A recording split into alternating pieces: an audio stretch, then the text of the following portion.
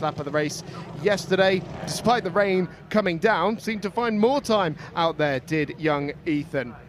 It was his first victory in the championship yesterday, a dominant display while everyone else squabbled for second place. It was eventually Jack Dunnerby and Filip Sorowiak who joined him on the podium, with Filip Sorowiak retaking the championship lead by just 1 point to Ryan Frost. We'll go through the full standings in a bit, but Danny Buchan alongside me, we're excited to see these youngsters back out.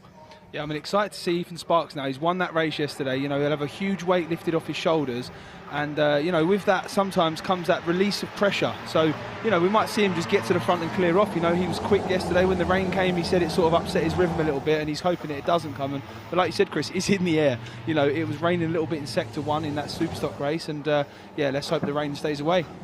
Well, if that upset his rhythm, then I'd love to see what him in full rhythm looks like, because he seemed impervious. There's the championship standings, 1 point between Filip Sorowiak, who retook the championship lead yesterday over Ryan Frost. Ethan Sparks now up into third position. The top two in the championship will start next to each other on the grid. As we said, Frosty had a little bit of work to do yesterday. A crash in qualifying put him 11th on the grid. He rose up to 5th. He goes from 6th in this one. Let's go through the full grid. It's Ethan Sparks, our race 1 winner, who goes from pole position, then Harrison McKay and Jack Dunnerby alongside him. Jack Burrows, the only non-finisher from yesterday, starts 4th, then Filip Sorowiak and Ryan Frost, top 2 in the championship. Julian Correa, Peter Willis, Clayton Edmonds on the 3rd row of the grid, Mason Foster, George Bowes and Josh Raymond Jr. on the 4th row of the grid, and completing the top 15 is Charlie Huntingford, Ben Joliffe and Blake Wilson. So, Danny, once again, we've got Jack Burrows to put into the equation. Went down quite early yesterday, that arcade machine splitting the group of RS run machines at the front of the field. Yeah, that's going to be an interesting one with Jack Burrows starting P4, but also Ryan Frost. You know, he started a little bit further back, didn't he, yesterday? And I think, you know, if he can get up to the front with Filip Sorowiak, you know, they've got to try and stop Ethan Sparks, because obviously yesterday he just managed to do so well in the opening laps and get himself away from the pack. So it's, yeah, I think they've got to hope that Ethan doesn't get a great start and then try and you know, try and do something to him. But Harrison McKay as well, starting 2nd. You know, obviously after that win that got taken away from him at Snetterton, you know, he's sort of there and he's ready for that first win. So yeah, I'm looking forward to it, Chris.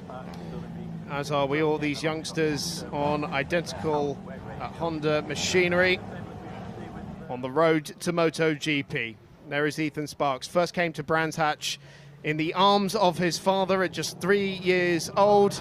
Sat underneath the umbrella in the grandstand watching Superbike racing. Yesterday he added his name to the list of winners in the British Talent Cup, and of course aiming for a 2nd today. The 14-year-old starting from the front once again, but he's got stiff competition behind him. The green flag waved at the back then. Ethan Sparks on the right-hand side. Harrison McKay and Jack Dunnerby waiting to challenge him into Paddock Hill Bend. Red lights are on, lights are out, we're racing. Really great stuff from Harrison McKay from 2nd on the grid, but also a really good one from Jack Burrows as well. He goes tight to the inside, but it should be Harrison McKay who has the whole shot. Ethan Sparks trying to brave it out around the outside, and actually has just been able to hang on to the lead on the outside of the first corner. Great stuff. Frosty making a big dive on the inside and moves up into 3rd position as well. The Fibertech by MLav rider moving from 6th to 3rd in the first couple of corners and moving ahead of Jack Burrows. Filip Sorowiak seemingly getting shuffled down the pack a little bit. He's there squabbling with Juliana Correa and the number 63 of Jack Dunnerby as well, that started on the front row of the grid. Up at the front of the field though, it's Sparky who's got the jump. Yeah, Sorowiak seems to have just got boxed in a little bit there and managed to, you know, he's been about 5th or 6th place there, Chris. But Ethan Sparks there, he sort of ran a little bit wide into turn 1, but just kept the gas on down Paddock Hill and up into Druids, and managed to sort of fight that out with McKay for the lead. So, you know, he's doing what he needs to do. Peter Willis on that red and white number 99 machine also made a great start, up to 4th from 8th, made that 5th because Filip Sorowiak has just gone past the Silverstone winner. He was up there on the Grand Prix support at Bill, one of very few different race winners we've had so far this year, thanks to Filip Sorowiak being pretty much win or bust so far this season, with the exception of yesterday where he finished a race for the first time not on the top step of the podium. Harrison McKay giving chase to Ethan Sparks here, going into Clearways. Two slightly different lines there around the final corner as we come to complete the first lap of racing. Very little separating the two teammates, Ethan Sparks and Harrison McKay, both at very different stages of their careers. Harrison McKay much more experienced, his 5th year in the championship, whereas Sparky still in his first. And as we mentioned, McKay had that very emotional first win, taking away from him at Snetterton.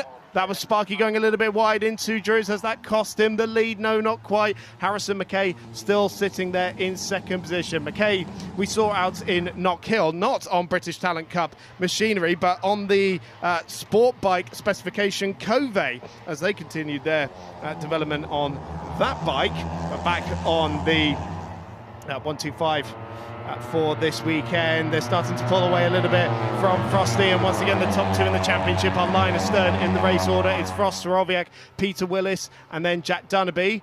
Dunnerby, the Scotsman, trying to find a way on the inside into Hawthorne. No way through for him there, so still sitting in behind Peter Willis. Sorowiak going for a place on his championship rival and into the podium spots as well. Sorowiak moves past Ryan Frost.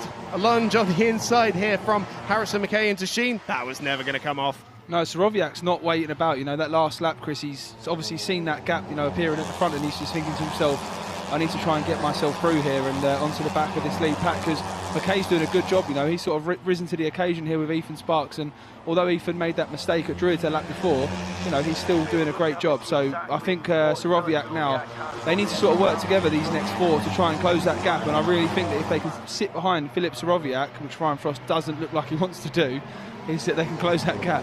On the inside once again from Harrison McKay, nothing doing there. There was a look from Frosty as well, but the move that was made was Jack Dunnerby on Peter Willis, as the Willis machine went very wide out of Clearways and allowing Dunnerby to go through, trying to retake that 5th spot straight away and managing to do so into Druids. McKay was off the track there coming out of Druids. He just ran so wide. He was on the high curb and just touched a little bit of the green paint there. And it's a real, you know, on these smaller machinery, on the smaller motorcycles, sorry, the curbing is horrible because they're really stiff bikes these. So he was a little bit out of the seat and a little bit unsettled there. I was hearing about the stiffness of these machines, particularly through Sheen Curve, where it's still quite bumpy out there, bumpier than it has been in previous years. And these guys are feeling it more than most out there this weekend, I would have thought. Right, Jack Dunnerby moving ahead of Peter Willis. Once again, that's the change for 5th place between Dunnerby and Willis. Willis mentioned a winner from this year. Jack Dunnerby, 2-time a podium finisher. I thought McKay was going to have the run there once again. He seems very good out of Westfield, down Dingledale towards the Sheen Curve. And you can see that group of bikes fighting over 3rd position is starting to close in on the leading pair. Yeah, they've closed the gap right up. Dunnerby was the quickest rider that last lap and quickest in this race so far, with 35.7. And that was, you know, quite a few attempts quicker than the lead pack. And they've done a good job. They've sat behind Philip Sorowiak and he's managed to pull them and drag them right to that lead group. So I think we're going to have a 6-way battle here for the lead. But yeah, Peter Willis is doing a great job just hanging in there. Clayton Edmonds leading the next train of bikes over the line in 7th position. Then Julian Correa on the inside of Mason Foster and Josh Raymond Jr. Sparky again going very wide. Doesn't this remind you of the Jack Dunnerby line from Coram at Snetterton, where he was going so wide on the way in and Frosty would have a little look on the inside, and Spark seems to really like that wide entry into Druids. Yeah, these you know, they've got a lot of learning, these guys. They're learning all the time, every lap, every corner, and until they get stuffed up the inside. His line there was a little bit wide, to be fair, but he's doing a good job. He's not losing much lap time when he's making these small little mistakes. He's doing a great job. But I don't know if you can see, Chris, in that last camera shot over the top of the Brown Thatch building, the weather looks horrible. We've got Jensen Bishop down the road. Shame to see that. Not quite sure where that was on the track, but look at this, 6 very much fighting for the lead now. And yeah, I meant the weather wasn't, I said the weather looked horrible because I was distracted by the camera, but yeah, I meant there was a big black cloud over the sort of the Indy part of the circuit where it's been looming all day, really. Yeah, it's definitely getting more overcast out there. Frosty back up into 3rd position. We're going to see that moment for Jensen Bishop. It's into Graham Hill Bend and gone down on the exit of the corner. Yeah, just a little high side. It's quite a usual crash out of Graham Hill there, but on these smaller CCs doesn't usually happen as much. He just lost the rear and kicked him over the front, and that one's he's going to need a bath tonight. That's going to be a bit sore. Well, Frosty's lost ground to the leading pair, and Dunnerby nearly making it 3 wide down the Brabham Straight, but it's Sorowiak who goes back through into third position, the championship leader, back up into a podium spot. But Frosty's coming straight back at him into Druids, nothing doing there. Peter Willis also fancies the run on Jack Dunnerby there, gets a very nice tight line out of Druids, but I think the RS Racing machine should just have that one covered off. You've got 5 of those machines, 3 of them under the Team Cavara projects, 2 of them under City Lifting, and it is Dunnerby who does manage to go through onto Ryan Frost. That is the rain in the distance you were talking about there, Danny. Yeah, it looks horrendous. I can see that cloud coming over, but you know what we're seeing here, I'd like to see this lap be completed and see what the lap time is, because that last lap, the top 6 all were within a tenth of each other. So very evenly matched, and you know, even though there's a bit of passing going on, they were still very evenly matched. But the top 2 seeming to break away here. But let's see how it, you know, unfolds. We've not got no notification of rain at the minute on the circuit or any rain flags out. So, but it's dark. It's got a lot darker. Let's see what Ethan Sparks does. Obviously, yesterday it started to rain. He held his composure. He did a great job, and he obviously won the race. Top 6 were covered by just over 0.8 of a second on that previous lap. There is absolutely nothing separating these guys at the moment, but it's still Sparky who leads at the end of lap number 5. We did not get to full race distance yesterday. It was red flagged as the weather conditions worsened. We risked the same thing happening today with that weather on the horizon, and no doubt these guys are going to have to survive a slightly tumultuous period as Dunnerby finds his way through on Sorowiak. He's up into third position. Frosty waiting in the wings. McKay again looking on the inside as Sparks takes that wide line into Druids. But the top 2 still maintaining a nice little gap to the battle for third position as they're squabbling a little bit more than the top 2. Yeah, and you know, when you're leading this race, you just need to keep making sure that you're over the line first. You can see that weather coming in. They'll be very well aware of the rain's going to be due to start anytime soon. They'd have known the Superbike race, you know, it started to rain, in the Superstock race. And, you know, they're going to be very well aware of that. So it's going to be very important for these guys to be thinking, I just need to be first across the line. Because if they get to 2/3 distance and they red flag it, that's obviously declared the result. So all this is going on in their brains while they're racing. And it's, you know, they're trying to race a motorbike, challenge each other, and also think about these things as well. 35.4 by the way for Dunnerby is the new lap record. We've got Huntingford down at Graham Hill Bend, the number 76 machine, Charlie Huntingford on the Holmes Clark Motor Technics Racing machine. He's gone out of the race. That's our second casualty of the day. Now that was Sparks getting all over the curbing on the exit of Stirling's. This might be McKay's best chance yet. And look at that, Dunnerby, Sorowiak, Frost and Willis are right back with them once again. You can throw a blanket over those 6 bikes as we start lap number 7. Let's see what the gap is when they go over the timing line between the lot of them. Only just over 0.7 of a second. Another new lap record done, this time by Jack Dunnerby. It was a 35.2. This is what happened to Charlie Huntingford. Almost exactly the same as what happened to Jensen Bishop. Yeah, just picking up the gas there. Maybe a little bit too hard, a little bit too much lean angle for that point in the of the tyre, obviously. But yeah, it's interesting to see that these have the fact that they've closed this gap right up. You know, they're all thinking, oh, there's a bit of a debris on the track there. Nothing. The marshals won't be too worried about that. It's out of the racing line. But these guys now are thinking, you know, Dunnerby's at the front there, and you know they're just thinking we need to get to the front. Because if this race gets red flagged, will be declared. So all of a sudden, a bit of urgency there. And McKay's into the lead. McKay has moved his way past Ethan Sparks, and Sparky's trying to take it straight back again. That's that straight line speed we were talking about. The lighter riders, the younger riders, do seem to have an advantage in a straight line. They're a bit more aerodynamically efficient, let's say.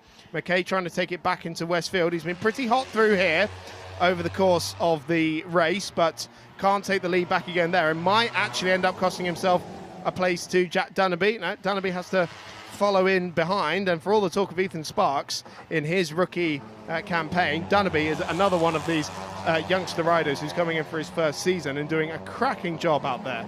Yeah, really good job. Obviously, you know, Ethan Sparks, Jack Dunnerby, first timers this year, and great job. But yeah, you've got to think Harrison McKay here just wants to get himself to the front. But you'll see the advantage in the straight line for Harrison, for the younger two, the smaller two, Dunnerby and Ethan Sparks, but Harrison McKay will have a little bit more. He'll be able to brake a little bit harder, a bit later, and have a little bit better leverage through the turns. Oh, Willis accidentally, I think, taking 2 in 1 there. I don't think he intended to make that move on Dunderby, who has to sit up in the middle of the corner, loses out to Willis, loses out to Soroviak, and loses out to Frost as well. He's now at the back of this train in 6th place. Yeah, and Willis up to 3rd. You know, what a move. You know, he might let the brake off accidentally there, but the others, great job, you know, sensed it coming, lifted up. Sometimes what people will do is they'll try and stay leant over and cause a collision. So, oh, Sparks there. Sparks from Sparky. I think that might have been Dunderby. If it was Sparks from Sparky, then that's brilliant. I think it would have been McKay or Sparky, I think. I think that's just our race leader living up to his name there. Very odd. Sparky toe sliders. Yeah.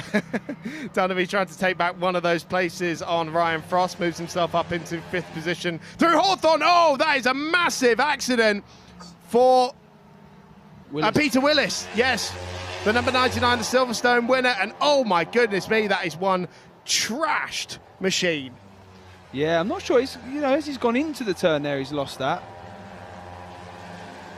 Well, we're going to see what happened from another angle. Oh my goodness! So he's run off in the middle of the corner and made it all the way to the tyre stacks as well. Yeah, glad he's got up and he's okay. It's a fast turn down into Hawthorne. You know, these bikes are probably top gear, back one, turning in and full gas again. So it's a very fast turn. Glad to see Peter's up okay. Such a shame having just made his way up into 3rd position, but it's game on once again between Sparks and McKay. McKay to the inside, but Sparks has got a lot of entry speed there, manages to repel the advances. Jack Dunderby all of a sudden is back up into 3rd place, having only a couple of minutes ago he was down in 6th. So he's still ahead of Soroviak, still ahead of Frost, top 2 in the championship, still line astern there. It is advantage Soroviak, though, in the championship. He'd be extending at this point. Remember, just 1 point between Soroviak and Frost, who have had 2 very contrasting seasons. Soroviak with all the wins to his name, Frosty with the consistency. But you know what? You look at Ethan Sparks, the way he's riding his bike, you'd think he's a seasoned veteran. You know, he's making no mistakes. He's just doing a great job here. Oh, he did just lose the rear. It looked like maybe just lost the front, sorry. So another angle of the Peter Willis incident from 3rd. And, oh, is this the Sparks? Oh, my goodness. So Sparky the Sparks, sliders. Yeah, coming off of McKay's boot there. That is brilliant. That's one for the Instagram, isn't it? So look at this, Frost trying to get back on the inside of Philip Soroviak for 4th position into Sheen. Top 2 really starting to pull away now, though, but I can't help but feel that a couple of place changes there might suddenly bring these 3 guys back into it again. Yeah, the last 2, you know, the top 2 were a lot faster that last lap, over 0.7 of a second quicker than the next 3, so I feel like they've given themselves a good break. I really feel like McKay wants to win this, but he's going to have to do a good job. He's going to have to really try hard, because Sparks is doing a good job. He's holding his nerve. He's doing you'd think he was a seasoned veteran, you know, he's handling this pressure and this pace so well, you know, he's sweeping lines, he's doing a good job, and I really like watching him. 5 laps to go then in this 2nd race of the weekend for the R&G British Talent Cup. Quite significantly, we have hit the 2/3 distance now, so if there was going to be a sudden downpour of rain and the race was red flagged, we would be declaring the result as we did yesterday. And it's worth mentioning as well that after this weekend we do head into the 2nd half of the season. Still rounds to come at Thruxton, again to Donington Park. We go to Assen in September as well for an international round before rounding out the season in Alton Park, where hopefully the championship will go down to the wire, and it may well do if things keep playing out as they are. Very close there between Soroviak and Frost. Frosty had a bit of a run down Pilgrim's Drop but couldn't really do much with it. I'm told the rain flags are now being displayed around the circuit. I'm sure we'll see one of the LED panels across the track at some point, but there's Soroviak going for 3rd position into Sheen. Curve on his teammate, moves past Jack Dunderby on the inside. Dunderby trying to take it back straight away. Let's look for that LED board at the top of the Bennett's Insurance banner. That is the rain flag, so the rain has arrived. Soroviak's going to really hope that he can get through to the finish line here. Oh, it's raining a lot harder than I thought. Yeah, it really is. They're going to hope. And the red flag has come out straight away. Red flag straight away. We have hit the 2/3 distance, and so it will be for the 2nd time back-to-back victories for Ethan Sparks, who has dominated proceedings at Brands Hatch in this round of the R&G British Talent Cup. A shame that both of these races we've had to shorten because of the weather. That is just luck of the draw, I'm afraid, in terms of the timetable, but it has really started hammering down. I hope everyone's got some brollies out there. It's a weird weekend here at Brands Hatch. You need your short sleeves, your rain jackets, your sunglasses and your umbrella at the same time. Yeah, the only one I feel sorry for there is Soroviak. You know, he's just passed Dunnerby there. Obviously, looking at it from the other angle, obviously I'm happy for Dunnerby that they've, you know, before Soroviak got to the line in front of him, he's obviously managed to keep that third place. But great heads-up riding by Ethan Sparks. He's just getting to the finish line every lap, done a great job, managed to fend off McKay and had a bit more of a lead than we actually thought on that last lap. So great job by McKay as well, you know, another second place. I know he wants to win races, but another fantastic ride by him. Well, this is the weekend. Ethan Sparks arrived in the R&G British Talent Cup, and no better place for him to do it than at his home meeting. And it is pole position, 2 race wins for Sparky. Soroviak just missing out on the podium in the end. It's only 4th for him. That's the first time he's finished off the podium all season long. Yeah, Dunnerby's pointing to himself saying, is it me or is it you? Yeah, but obviously it's going back a lap. Soroviak probably knows that, obviously a bit more experience, but that'll be a nice, pleasant surprise for Dunnerby, that he's going to try and get back to the pits as quick as he can to see whether he's going to be spraying the champagne or the lemonade. And quite. Dunnerby also getting the new lap record as well, 1:35.237 there in 3rd position. So, oh my goodness. The rain, it is biblical out there at the moment. Can I just say a massive shout out to race control again. They've not wasted any time. They've not let anyone go down. They've literally seen that coming in and just cancelled it. And that is something that is fantastic. And in that split second decision they had to make, it's very difficult to do. So yeah, great effort by race control to see that come in, and to look, Dunnerby's going to get a pleasant surprise here. Look, down into pit lane. Yeah, definitely seconded there. Stuart Higgs at race control, making all the right calls there, getting the red flags out promptly as soon as the weather arrived. And so here comes Sparky down pit lane, and once again into the P1